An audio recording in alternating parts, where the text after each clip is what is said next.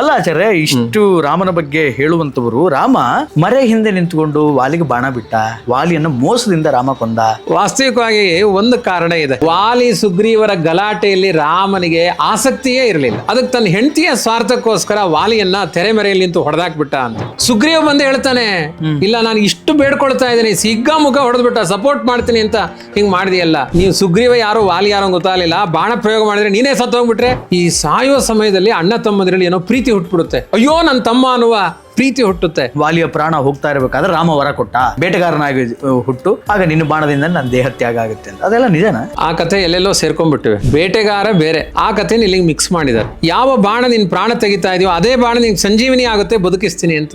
ರಾಮನ ಕೈಲಿ ಸತ್ತೆ ಎನ್ನುವ ಭಾಗ್ಯ ಬರಲಿ, ನನ್ ಬದುಕಿಸ್ಬೇಡ, ಸಾಯಿಸು ಅಂತಾನೆ. ಶಬರಿಯ ಭಕ್ತಿ ದೊಡ್ಡ ನಿದರ್ಶನ ಇವತ್ತು. ಶಬರಿ ಅಂತಂದ್ರೆ ಎಂಜಲ ಫಲಗಳನ್ನ ರಾಮನಿಗೆ ಅರ್ಪಿಸಿದ್ಲು. ರಾಮ ಅದನ್ನ ಪ್ರೀತಿಯಿಂದ ಸ್ವೀಕಾರ ಮಾಡಿದ. ಇದು ನಿಜಾನ ಅಥವಾ ರಾಮಾಯಣದಲ್ಲಿ ಇದು ಇದೇನಾ? ರಾಮಾಯಣದಲ್ಲೇ ಇರುವ ಕಥೆ ರೀ. ರಾಮ ಎಂಜಲು ತಿಂದ. ಯಾಕೆ ಎಂಜಲು ತಿನ್ನಬಾರದು? ತಿಂತಾನೆ ರಾಮ. ನಾನು ಅನೇಕ ಕಾರಣ ಹೇಳ್ತೀನಿ.